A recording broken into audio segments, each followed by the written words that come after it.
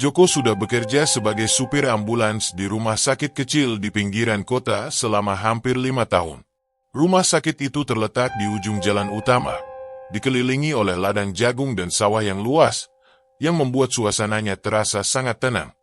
Malam itu, suasana di rumah sakit terasa lebih sepi dari biasanya. Hanya lampu-lampu neon yang menyala redup, menggantung di langit-langit ruang jaga yang hampir kosong. Joko duduk di kursi jaga kayu tua yang sudah mulai lapuk, menyeruput kopi hitam yang baru saja diseduh.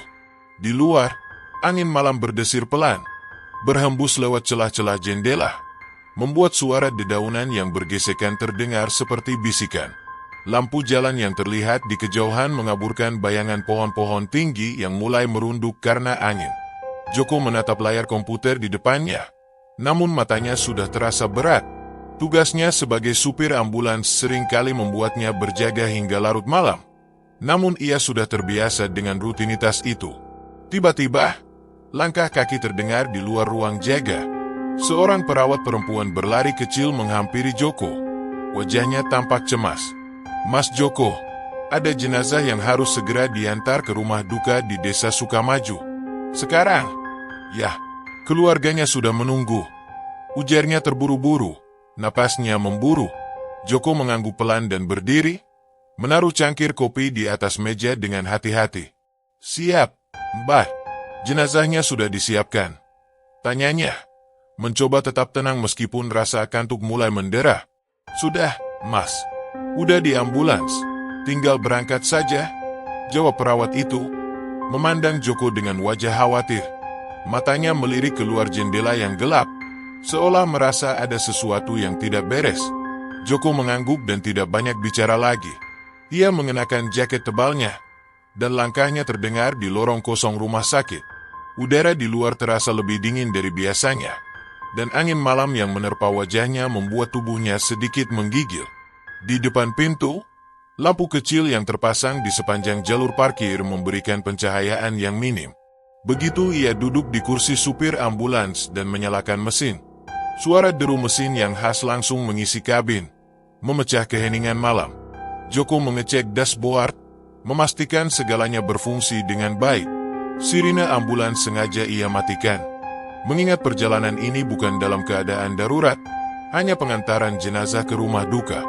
Setelah beberapa menit, Joko meninggalkan area rumah sakit dan mulai melaju menuju Desa Sukamaju. Jalanan yang sepi dan gelap membuatnya merasa agak cemas. Lampu-lampu jalan yang terpasang hanya terlihat samar di kejauhan, seakan menuntun langkah ambulans melalui lorong kegelapan. Beberapa kali Joko memutar roda kemudi dengan hati-hati, menghindari lubang-lubang di jalan yang tidak terlihat jelas. Di luar kabin, hanya ada suara deru mesin dan gesekan ban yang mencium aspal. Pohon-pohon besar di sepanjang jalan tampak seakan mengawasi setiap langkahnya. Mereka seolah berdiri tegak, menghalangi cahaya bulan yang hanya bisa menembus celah-celah ranting mereka. "Ah, cuma perasaan aja, Jot," gumamnya pada diri sendiri, berusaha menenangkan hati. Ia sudah sering melewati jalan ini dan tahu betul bahwa jalan menuju desa itu memang cukup terpencil dan terkenal agak angker, terutama pada malam hari. Namun, semakin jauh ia melaju, ada sesuatu yang mulai mengganggu ketenangannya. Di kaca spion tengah, Joko melihat bayangan samar di bangku belakang. Awalnya ia berpikir itu hanya pantulan dari cahaya lampu jalan. Tetapi ketika matanya terfokus pada kaca spion itu, ia bisa melihat sosok yang lebih jelas. Bayangan itu seperti sebuah sosok yang duduk dengan postur tegak, berpakaian putih, namun wajahnya sulit terlihat jelas. Matanya terfokus, dan saat ia melirik ke belakang, hanya ada peti mati yang terikat dengan tali pengaman. Tidak ada yang aneh, pasti cuma bayangan, pikirnya, berusaha mengabaikan perasaan yang mulai tak nyaman itu. Joko mempercepat laju ambulans, mencoba untuk tidak terlalu memikirkan hal itu. Jalanan semakin sepi, dan kabin ambulans yang semula terasa hangat kini mulai terasa lebih dingin, seperti ada sesuatu yang mengisi udara di dalamnya. Ia merasakan keringat dingin mulai menetes di pelipis. Tiba-tiba, suara ketukan pelan terdengar dari belakang. "Toh, toh, toh." Suara itu seperti datang dari dalam peti mati, atau bahkan lebih dalam lagi. Joko terlonjak kaget, keringat dingin muncul di dahinya.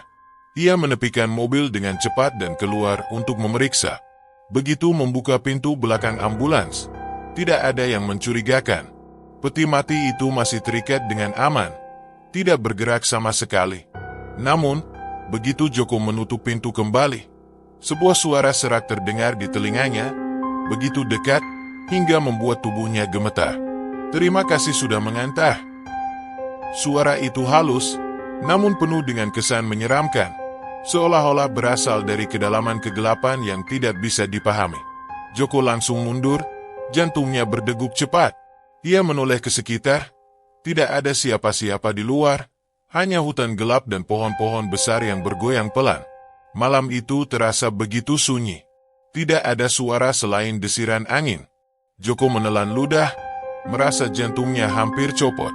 Perlahan-lahan ia kembali ke dalam mobil, berusaha mengabaikan apa yang baru saja didengarnya. Namun saat duduk kembali di kursi pengemudi dan menatap kaca spion tengah, ia kembali melihat bayangan perempuan berpakaian putih lusuh di bangku belakang. Sosok itu hanya bisa dilihat sekilas, namun jelas terlihat oleh Joko. Wajahnya yang pucat, rambut panjang yang lepek, dan pakaian putih yang tampak kotor seolah-olah baru keluar dari liang kubur. "Mas, tolong antar aku juga." Suara itu terdengar lagi, kali ini lebih jelas, lebih menyeramkan, memecah keheningan malam. Joko terdiam, hampir tidak bisa bergerak, jantungnya berdebar kencang, seluruh tubuhnya terasa kaku. Tiba-tiba, sosok itu bergerak mendekat, berjalan pelan menuju kursi samping Joko, seolah-olah ia sedang duduk di sampingnya, meski tidak ada siapa-siapa. Joko menggigit bibirnya, berusaha mengusir ketakutannya dengan suara keras. "Stop, aku nggak mau lihat." Terkejut dengan tindakannya sendiri, ia menginjak rem mendadak. Ambulans berhenti dengan suara berdecit keras, membuatnya hampir kehilangan kendali. Namun, ketika ia menoleh ke samping, sosok itu sudah hilang. Hanya ada kegelapan dan hawa dingin yang semakin pekat, mencekam. Joko memegang kemudi dengan tangan gemetar. Ia merasa seperti ada sesuatu yang berat di dalam mobil, sesuatu yang tak bisa dijelaskan dengan kata-kata. Sirine ambulans yang sebelumnya mati tiba-tiba menyala dengan sendirinya. Suara sirine itu bergema begitu keras, menambah rasa tegang yang tak terlukiskan. Suara itu seperti memanggilnya, seperti sebuah pertanda bahwa ia tidak bisa melarikan diri begitu saja. Ia memutuskan untuk melanjutkan perjalanan, meskipun dengan hati yang berdebar-debar. Jalanan semakin gelap, dan kabut mulai menyelimuti seluruh area. Setiap pohon yang melintas di luar jendela seakan berbentuk aneh, menyerupai tangan yang terjulur. Suara langkah kaki terdengar mengikuti dari belakang ambulans, seperti ada seseorang yang berjalan di atas jalanan gelap itu. Joko menoleh ke belakang sekali lagi, namun tidak ada siapa-siapa. Hanya ada bayangan kabut yang bergerak pelan. Ia pun melanjutkan perjalanan, berusaha menenangkan diri, mengingatkan dirinya untuk tetap berdoa. Jalanan yang sebelumnya terlihat panjang dan sepi, kini mulai terasa semakin terjal. Rasanya seperti ia sudah melaju berjam-jam, meski baru beberapa menit berlalu. Ambulans terasa semakin berat, dan semakin sulit dikendalikan. Di kaca spion, ia kembali melihat sosok perempuan itu, kali ini lebih jelas. Ia berdiri di tengah jalan, menatap Joko dengan mata kosong yang mengerikan. Tidak ada ekspresi, hanya ada kehampaan di dalam tatapannya. Joko menggigit bibirnya, berusaha menahan ketakutan yang semakin memuncak. Ia harus bertahan, ia harus selamat. Tanpa berpikir panjang, ia menekan pedal gas dan melaju lebih cepat. Jalanan semakin terjal, dan kabut tebal mulai menyelimuti mobil. Joko merasa seolah-olah waktu berjalan lebih lambat, tubuhnya terasa semakin lelah, namun perasaan takutnya semakin tajam. Dengan setiap detikan, sosok perempuan itu semakin dekat, seolah mengejarnya. Keheningan malam kembali diselubungi oleh suara sirine ambulans yang menderu, lebih keras dari sebelumnya, memekakkan telinga. Tiba-tiba, mobil terasa melambat. Joko menekan pedal gas lebih dalam. Tetapi mesin mobil itu seakan tidak lagi menanggapi. Tidak, tidak sekarang. Batinnya berteriak. Ia menoleh ke kaca spion tengah. Dan kali ini, sosok perempuan itu tidak hanya berdiri di tengah jalan, tetapi seolah-olah melayang. Semakin dekat, semakin nyata. Dengan mata yang hampir tidak bisa terbuka karena ketakutan, Joko memutar kemudi untuk menghindari sosok itu. Tetapi seketika jalanan yang semula lurus berubah menjadi tikungan tajam yang tidak pernah ada sebelumnya. Ia berusaha mengendalikan mobil yang melaju cepat, tapi tiba-tiba, semua lampu mobil padam. Ini pasti mimpi, Joko bergumam. Namun suara ketukan yang datang dari belakang kembali membuat hatinya tercekat. Toh, toh, toh. Suara itu terdengar semakin dekat. Joko merasakan udara semakin dingin. Seakan-akan makhluk itu berada tepat di belakangnya. Mata Joko melirik ke kaca spion lagi. Di sana, sosok itu berdiri tepat di belakang kursi pengemudi. Menatapnya dengan wajah kosong yang tidak mengenal rasa takut. Mas, tolong antar aku. Suara serak itu terdengar lebih jelas kali ini, hampir seperti sebuah bisikan yang datang dari kedalaman bumi. Joko menggigit bibirnya keras-keras. Dengan tangan gemetar, ia mencoba menyalakan kembali mesin mobil. Namun, apa yang terjadi selanjutnya membuat tubuhnya hampir tak mampu bergerak. Mobil itu mulai bergerak dengan sendirinya, tidak lagi mengikuti keinginan Joko. Joko hanya bisa menatap ke depan. Ketika tiba-tiba ada cahaya terang yang muncul dari ujung jalan. Tidak jelas dari mana cahaya itu berasal. Namun itu adalah satu-satunya harapan yang tersisa.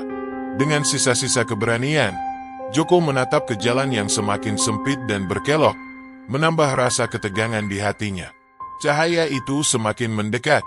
Sampai juga aku, gumamnya. Suara serak, hampir tak terdengar oleh dirinya sendiri. Joko keluar dari ambulans. Tubuhnya masih gemetar meski sudah sampai di tujuan. Hawa dingin yang semula menempel pada tubuhnya kini perlahan menghilang, seolah tertelan oleh udara malam yang lebih segar di sekitar desa Sukamaju. Namun, perasaan aneh yang mengendap di dalam hatinya tetap ada, seperti ada yang mengawasi dari jauh. Ia menarik napas dalam-dalam, berusaha menenangkan diri, tetapi pikiran dan ingatannya tentang perjalanan tadi tidak bisa ia singkirkan begitu saja. Sementara itu, keluarga jenazah mulai mendekat dengan langkah-langkah pelan. Seorang pria berumur sekitar 50-an, mengenakan baju putih dan celana panjang, yang sepertinya adalah kepala keluarga, menghampiri Joko. Matanya tampak letih, namun ada kekhawatiran yang tersirat di wajahnya. Terima kasih banyak, Mas. Jenazahnya kami terima dengan baik, katanya dengan suara rendah, seolah tidak ingin mengganggu ketenangan malam yang begitu dalam. Joko hanya mengangguk tanpa berbicara. Matanya tetap terfokus pada rumah duka yang berdiri di depan mereka. Rumah itu tampak sederhana, dengan pagar bambu rendah yang sebagian sudah rapuh. Beberapa lampu gantung di teras berkelap-kelip, memberikan sedikit penerangan pada halaman yang sebagian besar dikelilingi tanaman perdu. Ada apa, Mas? Tanya pria itu, menyadari bahwa Joko tampak tidak seperti biasanya. Wajah Joko yang pucat dan tangan yang masih gemetar membuat pria itu mulai khawatir. Gak apa-apa, Pak. Tadi di jalan ada yang aneh, jawab Joko pelan, dengan suara yang sedikit serak. Saya merasa ada sesuatu yang ikut dalam ambulans ini, Pak. Seperti ada yang menunggui di belakang. Pria itu terdiam sesaat, matanya menatap jauh ke dalam kegelapan malam, seolah sedang merenung. Lalu, dengan suara yang lebih tenang, ia berkata, memang, kadang-kadang ada hal-hal yang sulit dijelaskan. Mas, ini desa kami memang dikenal angker. Banyak cerita tentang arwah-arwah yang tidak tenang. Joko menatap pria itu dengan tatapan kosong. Arwah-arwah? Tanyanya ragu. Apa maksudnya, Pak? Pria itu menghela napas panjang, seperti menyadari bahwa malam ini mungkin adalah malam yang tepat untuk bercerita. Ya, Mas. Beberapa tahun lalu, banyak orang yang mengatakan bahwa desa ini sering kedatangan arwah yang belum menemukan kedamaian. Konon, beberapa jiwa masih terjebak antara dunia hidup dan mati. Kami sering mendengar suara langkah kaki tanpa siapa-siapa. atau melihat bayangan-bayangan yang bergerak sendiri. Joko mendengarkan dengan seksama, meskipun ia masih merasa ada yang tidak beres. Tapi kenapa tadi saya merasa ada yang ikut dalam ambulans? Tanyanya lagi. Suaranya hampir berbisik. Pria itu mengangguk pelan. Mungkin arwah itu merasa tidak tenang. Mas, biasanya mereka akan mencari orang-orang yang bekerja dengan kematian, seperti sopir ambulans atau petugas rumah sakit, untuk menemani perjalanan terakhir mereka. Kami sudah terbiasa dengan hal-hal seperti itu. Joko terdiam, pikirannya berputar. Semua yang terjadi tadi, suara ketukan di ambulans, bayangan perempuan berpakaian putih, dan suara yang memanggilnya, semua itu bukan kebetulan. Ada sesuatu yang tidak bisa dijelaskan oleh logika. Sesuatu yang lebih besar dari dunia yang bisa ia lihat. Pak, kalau begitu apakah saya tidak apa-apa? Tanya Joko, masih ragu dan sedikit takut. Apakah ada yang perlu saya lakukan? Pria itu tersenyum tipis. Yang penting, Mas, jangan biarkan ketakutan menguasai diri. Jangan lari, dan jangan melawan. Mereka hanya ingin perjalanan mereka sampai dengan tenang. Sebagian besar arwah itu tidak mengganggu. Mereka hanya ingin diantar. Joko menarik napas dalam-dalam, mencoba menenangkan pikirannya. Ia menatap pria itu dengan penuh rasa terima kasih. Terima kasih, Pak. Saya akan mencoba untuk lebih hati-hati. Pria itu mengangguk, lalu menatap ke arah rumah duka. Mas, kalau bisa, setelah ini istirahat dulu di rumah duka. Kami siapkan kamar untuk kalian. Tadi sudah ada yang membawa jenazah masuk ke dalam. Joko mengangguk pelan dan berjalan menuju pintu rumah duka. Tetapi sebelum ia melangkah masuk, sesuatu menarik perhatiannya. Dari ujung jalan desa, ia melihat sesosok perempuan muda berdiri di tengah jalan. Ia mengenakan pakaian putih lusuh, wajahnya tertunduk, dan rambut panjangnya terurai ke depan seperti terbuat dari bayangan itu sendiri. Tiba-tiba angin kencang berhembus, membuat sosok perempuan itu seolah bergerak sedikit ke arahnya. Joko berhenti sejenak, matanya terkunci pada sosok itu.